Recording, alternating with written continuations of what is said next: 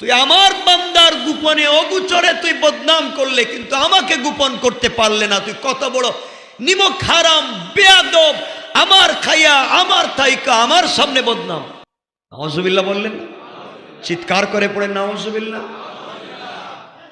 আল্লাহ বলছেন আমার খেয়ে আমার থেকে আমার সামনে আমার দুইজন ফেরেশতা কিরামান কাতিবিন, এই দুইজন ফেরেশতা কাগজ কলম নিয়ে বসে রয়েছে, তাদের সামনে আমার সামনে তুই বদনাম করতেছিস, তো লজ্জা নাই?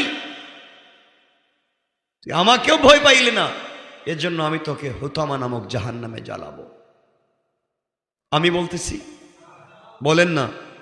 এজন্য মানুষের যখন অগোচরে বদনাম করা হয়, সামনাসামনি বললে তো সব কথা বললে বলে এগুলো তো আমি করি নাই বলবে না লোকটা, কিন্তু পিছনে এগুলো বলার